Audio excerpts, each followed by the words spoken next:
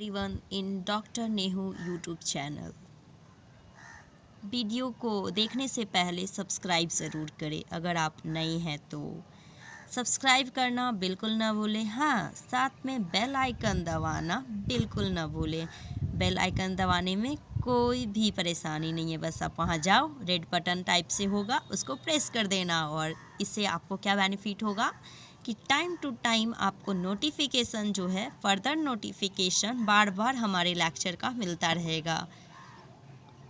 तो आज का जो हमारा लेक्चर का टॉपिक है वो है congestive heart failure. Congestive heart failure पढ़ने से पहले, ये लेक्चर बताने से पहले, इसके बारे में जो हम बताएंगे जो भी, उससे पहले मैं एक नॉर्मल हार्ट का फंक्शन बता देती हूँ जो आप लोग पढ़े होंगे 8th में, 9th में, 12th में, इन सारे क्लासों में आप लोगों को पढ़ाया गया होगा। फिर भी मैं एक बार रिकवर कर देती हूँ। जैसे सपोज़ कि सुपीरियर वेना कावा, ये है सुपीरियर वेना कावा। तो सुपीरियर वेना कावा से क्या आता है? कहाँ से ब्लड आता है? अपर बॉडी पार्ट से। सुपीरियर वेना कावा से अपर बॉडी पार्ट से, और इंफीरियर वेना कावा से लोअर बॉडी पार्ट से। इंफीरियर से कहाँ? लोअर बॉडी पार्ट से।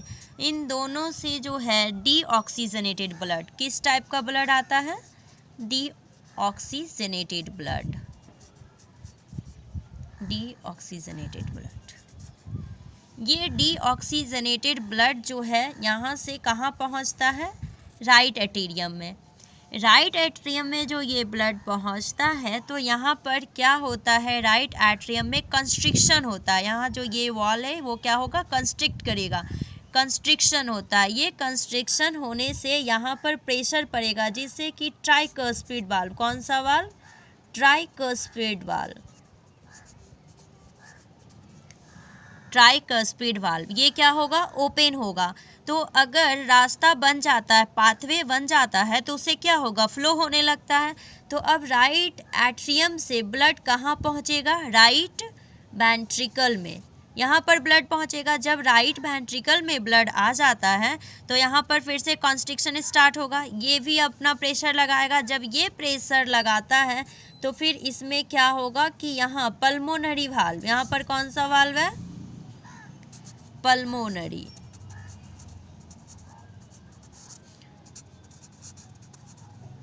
Pulmonary valve. ये पल्मोनरी वाल्व से क्या होगा कि इधर ऐसे करके दो जो है पल्मोनरी आर्टरी निकला हुआ होता है। ये मैंने रफ डायग्राम बनाया है आपको क्लियर करने के लिए। यहाँ पर ये पल्मोनरी आर्टरी प्रेजेंट होता है, और ये पल्मोनरी आर्टरी क्या करेगा? डीऑक्सीजनेटेड ब्लड को कहाँ पर पहुँचा देगा? लंग्स के पास। ये लंग्स के पास पहुँचाएगा पल्मोनरी आर्टरी के थ्रू, जो है यहाँ ये लंग्स के पास आ जाएगा। जब लंग्स के पास डीऑक्सीजनेटेड ब्लड पहुंचता है तो वहाँ प्यूरिफिकेशन होने लगता है। लंग्स के पास ब्लड क्या होगा? प्यूरिफाई होगा। वो प्यूरिफाइड ब्लड जो है फिर यहाँ पर इसके, ये कौन सा है? Pulmonary vein. वेन में स्टूडेंट हम लोग जानते हैं कि डीऑक्सीजनेटेड ब्लड होता है, बट जब पल्मोनरी टर्म लग जाएगा तो ये जस्ट रिवर्स हो जाता है। तो इसमें क्या है कि पल्मोनरी वेन में ऑक्सीजनेटेड ब्लड प्रेजेंट होता है, जो कहाँ पर आया? लेफ्ट एट्रियम में। लेफ्ट एट्रियम में। जब लेफ्ट एट्रियम में यहाँ पर ब्लड, ऑक्सीजनेटेड ब्लड पहुँचा, तो अब यहाँ भी क्या होगा? लेफ्ट एट्रियम में जस्ट इसमें जैसे प्रोसेस हो रहा था वही अब यहाँ भी होगा। इसमें क्या होगा कि लेफ्ट एट्रियम में फिर से कंस्ट्रिक्शन होगा। जैसे ही कंस्ट्रिक्शन होगा तो ये जो वाल्व दिख रहा है, जिसको हम लोग क्या कहते हैं? Mitral valve. कौन सा वाल्व? मिट्रल वाल्व, या फिर बाइकस्पिड वाल्व ये भी बोलते हैं। यहाँ पर इससे लेफ्ट वेंट्रिकल में ये ब्लड आ गया। लेफ्ट वेंट्रिकल में फिर से कंस्ट्रिक्शन स्टार्ट होगा, प्रेशर पड़ेगा, और ये फिर यहाँ एओर्टिक वाल्व के पास, ये जो है एओर्टिक वाल्व के पास, एओर्टिक वाल्व से एरोटा में ब्लड जो है पहुँचेगा, और वहाँ से पूरे बॉडी, होल बॉडी पार्ट्स में ब्लड जो है, ऑक्सीजनेटेड ब्लड जो है सप्लाई होगा। इस तरीके से हार्ट जो है, नॉर्मल हार्ट हमारा फंक्शन करता है। यहाँ तक किसी को कोई डाउट? एनीबडी? Very good. तो ये शॉर्ट में मैंने आपको क्लियर कर दिया, जिससे कि कंजेस्टिव हार्ट फेल्योर जब मैं पढ़ाऊँगी तो आपको प्रॉब्लम नहीं होगा कि कंजेस्टिव हार्ट फेल्योर में क्या हो रहा है। कंजेस्टिव हार्ट फेल्योर का अनदर नेम जो है वो हार्ट फेल्योर भी है। और ये क्यों होता है? हार्ट मसल्स जो है प्रॉपर रूप में ब्लड को पंप नहीं कर पाता है। क्यों? ये आर्टरी का नैरोड हो जाने की वजह से हार्ट में, या फिर हाइपरटेंशन की वजह से, इससे हार्ट का जो मसल्स है वो धीरे धीरे वीक या स्टिफ होने लगता है, जिससे कि जो है इफ़िशिएंटली रूप में पंप आउट नहीं हो पाएगा और ब्लड प्रॉपर अमाउंट में नहीं मिल पाता है हार्ट को, और पूरे बॉडी में सप्लाई नहीं हो पाएगा। तो ये कंडीशन जो है हार्ट फेल्योर का कंडीशन बन जाता है, कंजेस्टिव हार्ट फेल्योर का कंडीशन बनता है। सिंपल वे में हम डिफाइन कर सकते हैं कि it is physiological state in which heart is incapable to pump blood according to metabolic need. Metabolic need के अकॉर्डिंग जो हमारे बॉडी को मेटाबॉलिक प्रोसेस के लिए ब्लड की जितनी अमाउंट में ज़रूरत है वो फिजियोलॉजिकल स्टेट जो है कंप्लीट नहीं हो पाता है, क्योंकि हार्ट जो है पंप ब्लड को नहीं कर पा रहा। हार्ट जो है वो अपना परफॉर्मेंस नहीं कर पा रहा, जिस वजह से हार्ट क्या है धीरे धीरे स्टिफ हो रहा है, वीक हो रहा है, और वो हार्ट फेल्योर का कंडीशन बन सकता है। डेफिनेशन में किसी को डाउट? ओके, डिफाइन आप कर सकते हो इजी वे में, physiological state in which heart is incapable to pump blood according to metabolic need. जैसे कि मैंने जब ये नॉर्मल हार्ट की फंक्शन को समझाया तो बताया था ना कि इस तरीके से जो है पंप आउट होता है, कैसे राइट एट्रियम से कंस्ट्रिक्शन होता है, कौन सा वाल्व ओपन होता है और वहाँ से फिर वेंट्रिकल में आता है, फिर कैसे प्यूरिफिकेशन होता है और फिर पूरे बॉडी में फिर सप्लाई होता है आयोटिक वाल्व से होते हुए एरोटा के थ्रू। अब यही यहाँ पर जो ये हार्ट का मसल्स हो बोल सकते हैं, या फिर कोई भी रीज़न हो सकता है। अगर पल्मोनरी वाल्व स्टेनोसिस हो गया है, स्टेनोसिस कहने का मतलब यही वाल्व नैरो हो गया है किसी भी रीजन से, तो प्रॉपर अमाउंट में ब्लड नहीं जाएगा। या ASD का कंडीशन हो गया, सपोज कि ASD का यानी आर्टियल सेप्टल डिफेक्ट होता है, जो कि राइट एट्रियम और लेफ्ट एट्रियम के बीच में एक एबनॉर्मल पैसेज बन जाता है। तो दोनों क्या होगा, यहाँ पर क्या है डीऑक्सीजनेटेड ब्लड है, यहाँ डीऑक्सीजनेटेड ब्लड है, और लेफ्ट एट्रियम में ऑक्सीजनेटेड ब्लड है, और यहाँ जो है एक एबनॉर्मेलिटी क्रिएट है, कंजेनाइटल डिफेक्ट भी के कारण भी हो सकता है। अभी पहले मैंने ASD का केस लिया था, तो आर्टियल सेप्टल डिफेक्ट में एक यहाँ पर सेप्टम जैसा स्ट्रक्चर बन गया है। तो अब इसकी वजह से दोनों में क्या होगा, ये मिक्सअप होने के चांसेस बढ़ सकते हैं, जिसकी वजह से हार्ट जो है वो प्रॉपर फंक्शन नहीं कर पाएगा और हार्ट फेल्योर का कंडीशन बना सकता है। जैसे कि डायग्राम में स्टूडेंट आप देख रहे होंगे कि नॉर्मल हार्ट जो है, ये हार्ट जो है नॉर्मल है, इसमें ऑक्सीजन क्या है, रिच ब्लड है, पंप हो रहा है, तो इसमें बॉडी को रिच अमाउंट में प्रॉपर अमाउंट में ब्लड मिल रहा है। लेकिन यहाँ हार्ट फेल्योर वाले कंडीशन में वेंट्रिकल डायलेट हो रहा है और वॉल्यूम जो है ब्लड का वो क्या हो रहा है, डिक्रीज हो जा रहा है। तो ये क्या है, कंजेस्टिव हार्ट फेल्योर का कंडीशन बन रहा है। जैसे कॉजेस में मैंने बताया था ना अभी थोड़ी देर पहले कि पल्मोनरी वाल्व स्टेनोसिस की वजह से भी हो सकता है, मिट्रल वाल्व स्टेनोसिस की वजह से भी हो सकता है, ASD के कंडीशन में हो सकता है, ओवरलोडिंग होने की वजह से हो सकता है, हाइपरवॉल्मिया की वजह से भी हार्ट फेल्योर होने के चांसेस बढ़ जाते हैं। स्टेनोसिस मीन्स होता है नैरोइंग, जब पाथवे नैरोइंग होगा तो ओवरलोड का कंडीशन बढ़ेगा और उसकी वजह से भी हार्ट फेल्योर होने के चांसेस बन जाते हैं।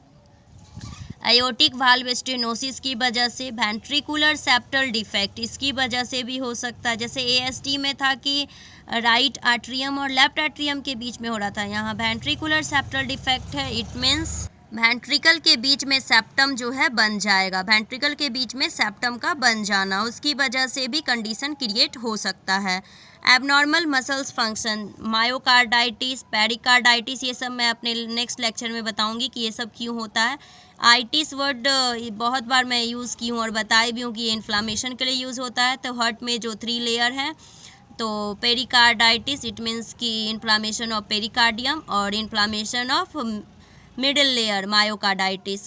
कार्डियोमायोपैथी, इसमें एनलार्जमेंट हो जाता है कार्डियक मसल्स का, enlargement of cardiac muscles that is term as cardiomyopathy. इसमें भी क्या होगा कि प्रॉपर अमाउंट में हार्ट जो है पंप नहीं कर पाएगा और ब्लड जो है बॉडी को नहीं मिल पाता है।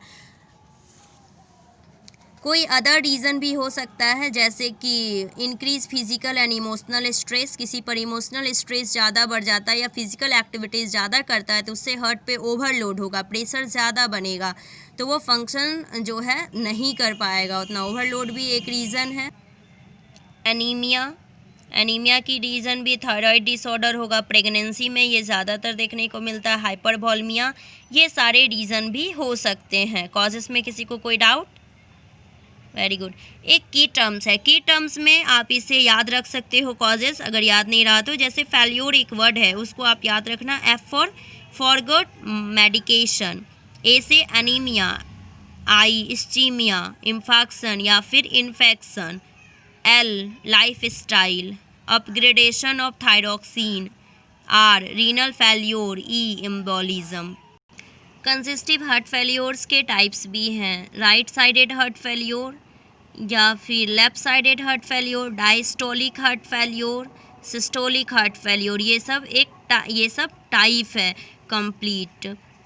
लेकिन जब एग्ज़ाम में आपसे पूछता है जीएनएम सेकेंड ईयर का, ये मोस्ट इंपॉर्टेंट क्वेश्चन है कि explain about congestive heart failure, तो आप उसमें सिंपल डिफिनीशन दे सकते हो, कॉजेस दे सकते हो, मैंने जो बताया है अभी तक उसको भी, और टाइप्स को आप डिफाइन किए बगैर सिंपल ये लिख भी सकते हो कि इतने टाइप्स के ये होते हैं बस।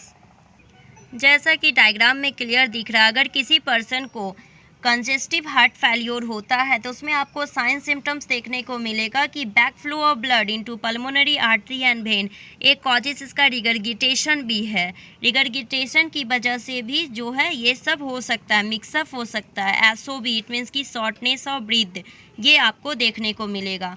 इंसोम्निया उसमें होगा, रेस्टलेसनेस होगा, टैकिकार्डिया होगा, उसके बाद लीवर कंजेशन हो सकता है, और अगर लीवर कंजेशन होगा तो एब्डोमिनल पेन भी होने के चांसेस हो सकते हैं। एनोरेक्सिया तो मोस्ट कॉमन साइन सिम्टम्स इस डिजीज़ के हैं कंजेस्टिव हार्ट फेल्योर के।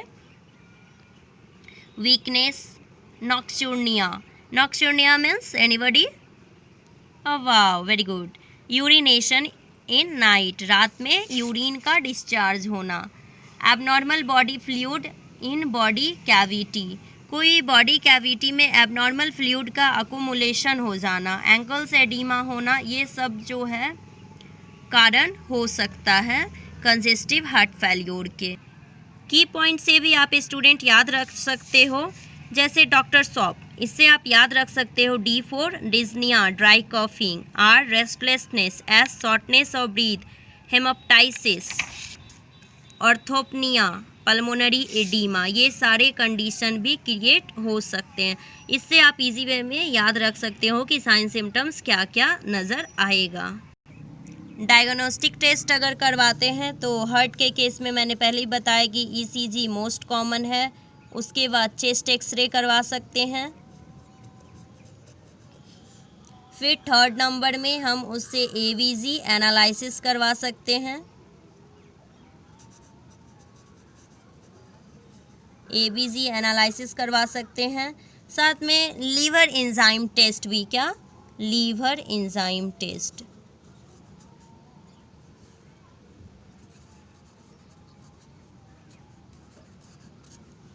लीवर एंजाइम टेस्ट, ये सब जो है डायग्नोस्टिक टेस्ट हम करवा सकते हैं अगर कोई पेशेंट जो है कंजेस्टिव हार्ट फेल्योर का हमको दिखता है तो। ईसीजी करवाएंगे, चेस्ट एक्सरे करवाएंगे, एवीजी एनालिसिस करवा सकते हैं और लीवर एंजाइम टेस्ट, ये सब भी हम करवा सकते हैं। इससे कि है क्लियर पता चल जाएगा कि हार्ट मसल्स स्टिफ है या फिर कोई वाल्व जो है वो स्टेनोसिस हो गया है या कोई कंजेनाइटल डिफेक्ट है, ये सारे चीज़ उससे क्लियर हो सकते हैं। अब पैथोफिजियोलॉजी देख रहे हैं कि अगर लेफ्ट वेंट्रिकुलर हाइपरट्रॉफी हो गया है, ठीक, तो उससे क्या होगा कि लेफ्ट वेंट्रिकुलर हाइपरट्रॉफी है तो उससे क्या होगा कि वेंट्रिकुलर हाइपोट्रॉफी, मसल्स फाइबर का डायमीटर जो है वो रेज्ड कर जाएगा। हाइपरट्रॉफी मीन्स की एनलार्जमेंट बढ़ेगा, इंक्रीज होगा, तो उससे क्या होगा कि मसल्स फाइबर का डायमीटर भी जो है वो इंक्रीज कर जाएगा और जो फंक्शन है, कॉन्ट्रैक्शन का फंक्शन है कार्डियक मसल्स फाइबर का, वो डिक्रीज़ कर जाएगा, क्योंकि हमने नॉर्मल हार्ट फंक्शन में देखा था ना कि ये कंस्ट्रिक्शन होने के बाद, कॉन्ट्रैक्शन जब हो रहा था उसके बाद ही ब्लड जो है नीचे की ओर पुशअप हो रहा था, आर्ट्रियम से वेंट्रिकुलर की ओर आ रहा था, जैसे जैसे पाथवे था कॉन्ट्रैक्शन की वजह से ही हो रहा था, तो वो डिक्रीज हो जाएगा।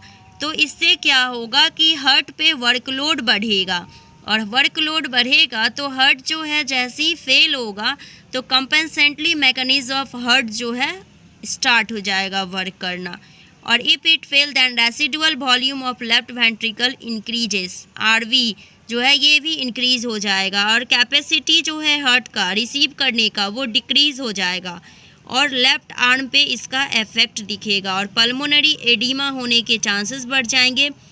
इंक्रीजेस प्रेशर राइट वेंट्रिकल्स पे, राइट वेंट्रिकल फेल होगा तो सिस्टमिक कंजेशन भी हो जाएगा, और इससे क्या होगा कि कंजेस्टिव हार्ट फेल्योर हमको देखने को मिलेगा। सिंपल इन शॉर्ट पैथोफिजियोलॉजी समझ सकते हैं कि अगर हार्ट पे प्रेशर पड़ता है तो मसल्स फाइबर इंक्रीज होगा, मसल्स फाइबर इंक्रीज होता है तो कॉन्ट्रैक्शन जो है वो कैपेसिटी जो है वो डिक्रीज़ करेगा, रेसिडुअल वॉल्यूम भी उससे इंक्रीज़ हो जाएगा, और जो रिसीविंग कैपेसिटी है वो डिक्रीज़ होगा, और ये जो है लेफ़्ट आर्म, यहाँ पर जो है रीज़न था लेफ़्ट वेंट्रिकुलर हाइपोट्रोफी, इस वजह से लेफ़्ट आर्म पे अफेक्ट दिखेगा और पल्मोनरी एडिमा हो जाएगा, और फिर जो है कंजेस्टिव हार्ट फेल्योर के चांसेस भी हम लोगों को दिखने लगेगा। क्लियर? गुड। जब पाथवे से क्लियर हो जाता है तो इस कंडीशन में मेडिकल ट्रीटमेंट स्टार्ट होता है। क्या? Medical treatment. तो मेडिकल ट्रीटमेंट में फर्स्ट डायूरेटिक्स देते हैं। डायूरेटिक्स में क्या देते हैं? मेडिकल ट्रीटमेंट में डायूरेटिक्स देते हैं, एग्जाम्पल फ्रूसामाइड, ठीक, और कोई दूसरा एग्जाम्पल इसका थियाजाइड, THIAZIDE। बाद ACE इनहिबिटर भी देते हैं, एंजियोटेंसिन कन्वर्टर एंजाइम। ये क्या करेगा कि लोड को कम करेगा, एग्जाम्पल कैप्टोप्रिल, गुड। फिर नेक्स्ट वैसोडाइलेटर। वैसोडाइलेटर में जनरली जो मैंने पिछले लेक्चर में भी क्लियर किया है, नाइट्रेट्स। ये सब जो है मेडिकल मैनेजमेंट किया जाता है कंजेस्टिव हार्ट फेल्योर में। एक बार आप में से कोई रिपीट करेंगे मेडिकल मैनेजमेंट को? Okay, first diuretics, very good, second ACE inhibitor, and third vasodilators. फिर इसका अगर मेडिकल मैनेजमेंट से ठीक नहीं होता है तो इस कंडीशन में फिर इसका नेक्स्ट ऑप्शन क्या होगा? वाह, वेरी गुड, सर्जिकल ट्रीटमेंट। तो सर्जिकल मैनेजमेंट में हार्ट ट्रांसप्लांटेशन ही होता है, जो बहुत ही कॉस्टली होता है, सभी लोग इसको एफर्ट नहीं कर पाते हैं, इसलिए prevention is better than cure, इस चीज़ को फॉलो करना पड़ेगा। इससे बहुत सारे कॉम्प्लिकेशंस भी देखने को मिलते हैं, कार्डियक अरेस्ट हो सकता है, मायोकार्डियल फेल्योर भी हो सकता है, जिसको मैंने डील कर चुकी हूँ अपने प्रीवियस लेक्चर में। एक बार मायोकार्डियल फेल्योर को एक बार जाकर देख ले, वहाँ समझ जाए। अब फिर है इसका मैनेजमेंट कैसे करेंगे? मैनेजमेंट में ब्लड प्रेशर BP को मॉनिटर करते रहना है, अदर वाइटल साइन को रेगुलरली मॉनिटर करना है, फिर पाल्पेट करना है एब्डोमेन को, सेमी फॉलर या फॉलर पोजीशन पेशेंट को देना है, जिससे कि GFR जो है इंक्रीज है, और decrease production of ADH that leads to diuresis effect, ये सबको जो है वो मेंटेन करेगा। फिर जो है diuretic drugs time to time देना है, जो भी ड्रग्स डॉक्टर के द्वारा एडवाइस किया गया है उसको टाइम टू टाइम देना, ऑक्सीजन एडमिनिस्टर करना है टाइम टू टाइम, मेडिकेशन को टाइम टू टाइम फॉलो करना है, और कोई भी टॉक्सिक एजेंट है उसको एवॉइड करना है लेने से। इन सभी चीज़ को अगर ध्यान देते हैं तो कंजेस्टिव हार्ट फेल्योर से एक बार शॉर्ट में समराइज्ड कर देते हैं। कंजेस्टिव हार्ट फेल्योर क्या था? फिजियोलॉजिकल स्टेट था जिसमें हार्ट इनकैपेबल हो गया था ब्लड को पंप करने में, जो कि मेटाबॉलिक नीड प्रोसेस को फुलफिल नहीं कर पा रहा था। और इसमें कॉजेज़ क्या बताए थे? ASD आर्टियल sceptre defect, congenital defect हो सकता है, या पल्मोनरी स्टेनोसिस, कोई भी वाल्व का स्टेनोसिस की वजह से, या कि मसल्स फंक्शन में एबनॉर्मलिटीज़ की वजह से, मायोकार्डाइटिस, कॉजेज़ भी है कि dyspnoea, restlessness, shortness of breath, medical management करेंगे, सर्जिकल मैनेजमेंट लास्ट में करेंगे, पैथोफिजियोलॉजी मैंने अच्छे से क्लियर बताया है। वीडियो को कंप्लीट एंड तक आप ज़रूर देखें जिससे आपके सारे डाउट क्लियर हो सके। अगर हमारा लेक्चर आपको सच में अच्छा लगा तो प्लीज़ सब्सक्राइब, लाइक, शेयर करना बिल्कुल ना भूलें। नोटिफिकेशन को दबाना बिल्कुल भी ना भूलें। Keep watching, keep supporting. Thanks for watching. See you soon. आज के लिए इतना ही। अब चलते हैं, फिर मिलेंगे कल अपने नेक्स्ट लेक्चर के साथ, नेक्स्ट डिटेल्स और नॉलेज लेकर आपके पास फिर से हम मिलेंगे। तब तक के लिए बाय, सी यू सून।